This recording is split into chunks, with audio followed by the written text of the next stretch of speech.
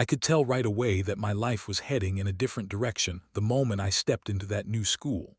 I had spent my entire childhood growing up in South Philadelphia. That place shaped how I talked, how I thought, and how I dealt with people. Moving a little over an hour away might not sound drastic, but it felt like I had crossed an invisible border into unfamiliar territory. Everything was quieter, slower, and somehow more rigid. I understood immediately that surviving there would require adjustment, and adjustment meant learning when to speak, when to stay silent, and how to tolerate things I didn't necessarily like. My father made it clear that he expected me to stay out of trouble, and my mother reinforced that expectation with constant reminders. I listened to both of them. I didn't cause problems. I didn't draw attention to myself. I learned to live with it. The population in that area was mixed, though not evenly. There were black families, Latino families, Italians, Jewish households, and then there was the group that really ran the place. They were Amish or Mennonites like outsiders often assumed. They were German Lutherans who had been there for generations and acted like they owned every street, business, and institution. They were stubborn, blunt, and completely uninterested in changing anything to accommodate newcomers. Still, because the town was a mix, blending in wasn't impossible. I didn't have much trouble making friends or at least acquaintances. But no matter how well I fit in, I missed my friends back in Philly. I missed the ease of being around people who spoke my language, figuratively and literally. After I graduated, I stayed in the area mainly because my family was nearby. I wasn't ready to move far away, and loyalty mattered to me. I made regular trips back to my old neighborhood, keeping close ties with the people I grew up with. My first real job was driving a fuel oil delivery truck. It was basic, physical work, but it paid the bills. I learned the routes, the customers, and the rhythm of the business. After a few years, I moved inside the operation. I started dispatching trucks, handling orders, and dealing directly with customers. I discovered I had a natural understanding of how the business worked. I could anticipate problems before they happened. I could manage people. I could see myself eventually owning something similar instead of just working for someone else. Around that time, my personal life settled into a comfortable routine. I had no trouble meeting women, and my social life was far better than I had expected it would be when I first moved there. Eventually, I met Marlene. When we decided to get married, my mother was quietly disappointed that she wasn't Italian, but she never let that show. She made a point of welcoming Marlene into the family without hesitation, making sure she felt accepted from the start. We had 2 boys not long after getting married. After the second child, Marlene insisted that I get a vasectomy. I didn't fight her on it. It didn't seem like a big deal at the time. Once the kids were old enough to start school, she decided she wanted to go back to work. My father wasn't happy about that. He believed strongly that a wife and mother should stay home, and while I never fully understood his reasoning, I came to see some sense in it later. It wasn't that I had an issue with her earning money. What bothered me was the environment she was stepping back into. She was reconnecting with people she had grown up with, people who shared a past with her that I wasn't part of. Some of her friends were fine. Others rubbed me the wrong way. Back in school, Marlene had been involved in every club, committee, and activity imaginable. She thrived in those circles. I avoided them completely. I always thought those people were self-absorbed, constantly praising each other while looking down on anyone outside their group. I knew Marlene had been sexually active before we met, just as I had been. We never talked about those past experiences. It wasn't an agreement we made. It just happened naturally. We focused on the present, not what came before. We had been married close to a decade when things began to unravel. Marlene was working in the claims department of a large insurance company. At first, the extra hours didn't worry me. Then she started coming home late more often. Weekends became work days. Excuses became routine. After about 6 months of this, she mentioned an upcoming work seminar. That was the moment I knew something had to change. She acted confused when I questioned it. She said it was only 3 days. She said she had already arranged for my mother to stay with the kids. She pointed out that I'd still be home in the evenings and that I could handle feeding myself. What shocked me wasn't the request itself, but the confidence with which she made it. When I asked who would be attending, she listed several women from her department, someone from personnel, and then casually mentioned her supervisor, Raymond. I noticed the slight change in her tone when she said his name. She didn't realize that I already knew about the lunches, the late nights, and the apartment a few blocks from her office where they spent hours together multiple times a week. Raymond wasn't just her boss. He was someone she'd grown up with, someone deeply embedded in her past. When I finally confronted her, she denied everything. She insisted there was nothing inappropriate going on. She swore she would never cheat. I listened quietly, beer in hand, knowing the truth didn't need her permission to exist. I told her the only reason she was still in the house was because she was the mother of my children. I told her my own mother knew, not because I had confessed, but because people talk. I made it clear that I would not allow my sons to be taken from me. She exploded, said things she had never said before, insults aimed not just at me but at where I came from. That was the night something broke permanently. From that day on, I slept in the spare room. The house felt colder, not tense, just lifeless. We stopped pretending. The seminar was never mentioned again. She stopped working late. She packed her lunches. On the surface, things appeared normal, but nothing about it felt right. Even though the house felt dead, time kept moving. Days passed with forced politeness and long silences. There was no warmth left between us, but there was also no open hostility. It was worse than arguing. It was like living next to a stranger who knew everything about you. My mother stopped passing along gossip from church, which told me more than words ever could. Whatever was happening, Marlene had pulled it underground. That didn't make me feel better. It made me uneasy. I knew I wouldn't tolerate that kind of half-life forever. Against my better judgment, I agreed to go with her to the company Christmas party. I didn't want her going alone, and part of me wanted to see things with my own eyes. I convinced myself I could stay out of the way, have a few beers, and leave early. That was the plan, at least. The company rented out a large hall with a dance floor, buffet tables lining the walls, and open bars set up at either end of the room. I figured I could sip a few beers over the entire night and keep myself steady.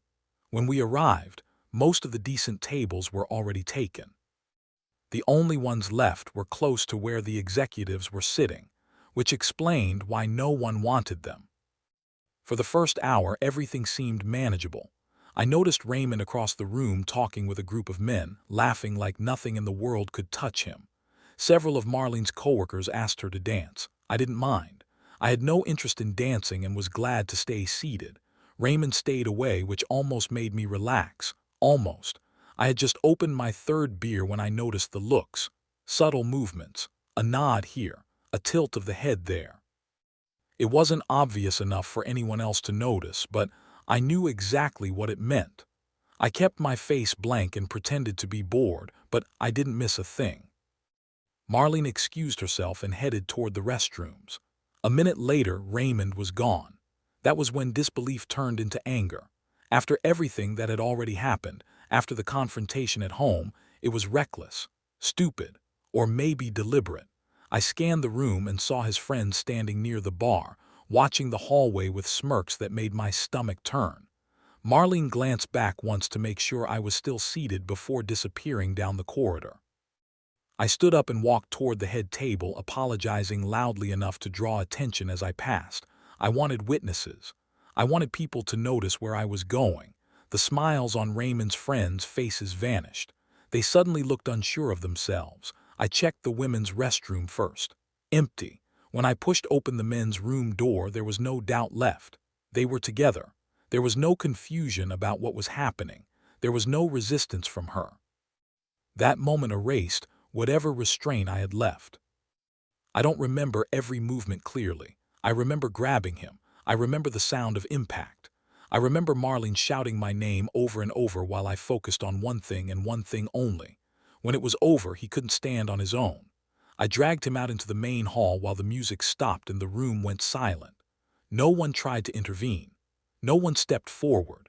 I said exactly what I needed to say, loud enough for everyone to hear, and then I left. I didn't look back. I called my mother from the car and asked her to come get the boys. I told her I was leaving town for a few days and didn't want them staying with Marlene. She didn't argue. She was already on her way by the time I got home. I packed quickly: socks, underwear, a few shirts.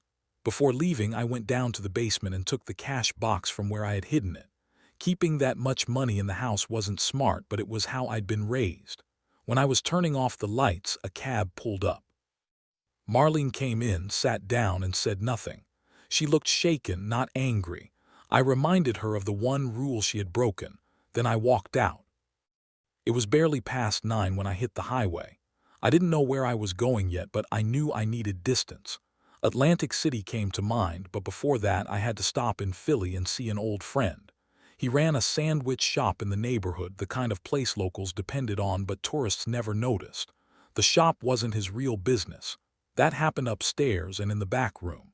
After I explained everything, he didn't hesitate. He told me the price. I told him I had cash. He asked how I wanted it handled. I told him clean, quiet, no noise, no questions. He nodded like it was just another Tuesday. He insisted I leave town and stay visible. He arranged a week at a casino hotel, all comped. Then he said something that caught me off guard. He told me I shouldn't go alone. He picked up the phone and made a call before I could object. That call changed everything. Carla arrived less than an hour later. I hadn't seen her since she was a kid. She wasn't a kid anymore. She was confident, sharp, and beautiful in a way that made the room feel different. I was awkward, knocked over my chair standing up, and immediately felt ridiculous. She agreed to come with me but made it clear she wasn't there to be used, just company. That was fine by me. I needed grounding more than anything else. On the drive to Atlantic City, I told her everything. She listened without interrupting. The only thing she said was that she felt sorry for my boys. That stuck with me. The hotel room had 2 beds, she noticed. I pretended not to. We gambled lightly, ate well, walked the boardwalk, and saw every show we could. I stayed respectful the first night. By the second day, that line blurred naturally. It didn't feel wrong. It felt like relief. A few days in, 2 men showed up at the room. They introduced themselves as investigators from the county task force. They wanted to ask about Raymond. I told them I hadn't seen him since the party. I told them I was out of town and could prove it. When they pushed, I asked for a lawyer and local police presence. They backed off. Before leaving, they mentioned that Raymond had left the hospital and hadn't been seen since. I wished them luck and went to dinner. When I got home, the boys ran to me like nothing else mattered. Marlene barely spoke. Later that night, she finally asked me what I had done with Raymond. I told her the truth. I hadn't done anything after the party. I asked her questions she couldn't answer. Why the restroom? Why the hand under her skirt? She said nothing. Eventually, I laid out her options. Stay and be a mother, leave without the kids, or disappear. She ran out of the room in tears. The next day, I moved into a small apartment nearby. Carla stayed with me. The police asked a few more questions and then stopped coming around. Raymond was never seen again. Life settled into a strange new normal. Here is part 3. Same rules, same density, no compression. The story continues in full detail, rebuilt line by line. Life settled into an uneasy routine that no one openly discussed, but everyone felt. I moved into a small apartment a few blocks from the house. It was close enough that the boys could come and go whenever they wanted, which mattered more to me than comfort or space. Carla moved in with me not long after. The police stopped calling once their questions ran dry and nothing tied back to me. Raymond's name faded from conversations the same way people avoid saying certain words out loud, as if silence itself could erase the memory. Officially, he had vanished after being discharged from the hospital. Unofficially, no one wanted to know more than that. Marlene and I remained legally married, but that was about the only thing tying us together. We still shared meals with the boys most evenings. On weekends, I spent as much time with them as possible. To anyone looking in from the outside, it probably appeared functional. Inside, it was hollow. Marlene leaned heavily on her parents and her sister. I didn't interfere. There was no indication that she was seeing anyone else. She quit her job shortly after the Christmas party and never looked for another one. We never revisited the conversation we'd started the night I came back from Atlantic City. It hung in the air unfinished, like a sentence no one wanted to complete. She played her role as a mother well. The house was always clean. The boys were fed properly, clothed properly, and cared for. I handled the yard, repairs, and anything that required being outside. Every week I gave her money for household expenses and personal needs. I always asked if she needed more. She always said no. We canceled all credit cards. Holidays were split without argument. The boys and I spent Thanksgiving and Christmas Day with my family. Carla often joined us. Marlene spent those days with her family but always had Christmas Eve with the boys. When Terry or Rick asked questions about why things were the way they were, neither of us answered. We agreed on that much. What could she say anyway? The years dragged on like that. It wasn't smooth. There were arguments, misunderstandings, and moments where the arrangement felt impossible to maintain. Carla was patient beyond reason. Over time, she began spending more time with her family back in Philadelphia and less time with me. I couldn't fault her for it. She had stepped into chaos and helped stabilize it. I owed her more than I could ever repay. Still, I couldn't divorce Marlene. As long as the boys lived under that roof, I couldn't throw her out either. Those were rules I imposed on myself, and I stuck to them even when I hated doing so. Terry was 16 when everything finally exploded. A new kid transferred into his school, someone related to Raymond. The kid knew exactly what buttons to push and wasted no time doing it. He taunted Terry relentlessly about things he shouldn't have known, things that had been buried for years. Terry wasn't prepared. None of us were. The confrontation turned physical. The kid ended up in the hospital. Terry ended up suspended and facing potential assault charges. Rick had been there too and jumped in trying to help his brother. He lost 2 teeth in the process but gained something else entirely: Terry's respect. When I brought the boys home, Marlene was waiting. Terry didn't hold back. He unloaded years of bottled anger on her, demanding answers she had avoided giving. She didn't defend herself. She didn't interrupt. She just stood there and took it. I left them alone and took Rick to the dentist. Rick shrugged off the damage like it was nothing. I didn't. Dental bills aren't small. When we returned, Marlene was gone. Her car was still there. Her purse was missing. That was it. I took a week off work trying to stabilize things. Her parents and sister refused to speak to me. After 7 days, I still didn't know where she was or if she planned to come back. Carla and I moved into the house with the boys. Sharing a bed again felt strange at first, but the boys adjusted far more easily than I expected. One day, everything Marlene had owned or touched vanished while I was at work. Clothes, photos, personal items. Carla handled it quietly. I never asked how or where it went. Carla took over the household completely. I gave her credit cards to make things easier. It struck me as strange that I trusted her more than I had trusted my wife, but it was true. I sold Marlene's car and bought one for Carla. Family gatherings became easier. My mother was thrilled. Terry and Rick had no more trouble at school. Raymond's nephew never returned. For the first time in years, things felt stable, even though I was still married. 2 months later, I filed a missing spouse report. Not because I was worried, but because I needed documentation. I listed her as having left voluntarily. 2 months after that, I filed for divorce on the grounds of abandonment. The clock was ticking. Life went on. The boys grew closer to Carla. They never called her mom. They called her Carla. That was enough. Then, without warning, the final divorce decree arrived. It felt anticlimactic. 2 weeks later, Carla and I drove to Elkton and got married quietly. We were a family again. Terry graduated and joined the Air Force. Rick went to meat cutting school in Ohio. Suddenly, the house was quiet. Carla and I were alone again. My parents moved to Florida and made everyone promise to visit.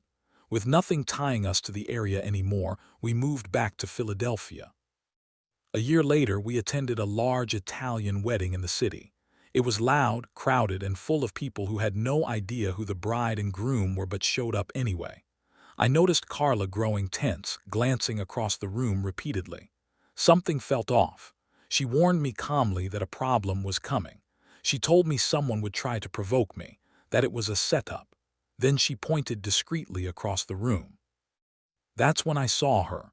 Marlene, older, different, sitting with people who looked like trouble. Her boyfriend was connected to the bride's family. Carla explained everything quickly and clearly. I didn't like it, but I trusted her. When the boyfriend stood up, I excused myself and headed for the side exit. The trap snapped shut, just not the way they planned. It was over fast, clean, quiet. I never touched anyone. When it ended, the father of the bride thanked me for keeping it outside. We left shortly after. Carla returned looking shaken but satisfied. She told me Marlene had gone to the hospital. That was the last time any of us ever saw her. We're still together, still in the old neighborhood. Life is good.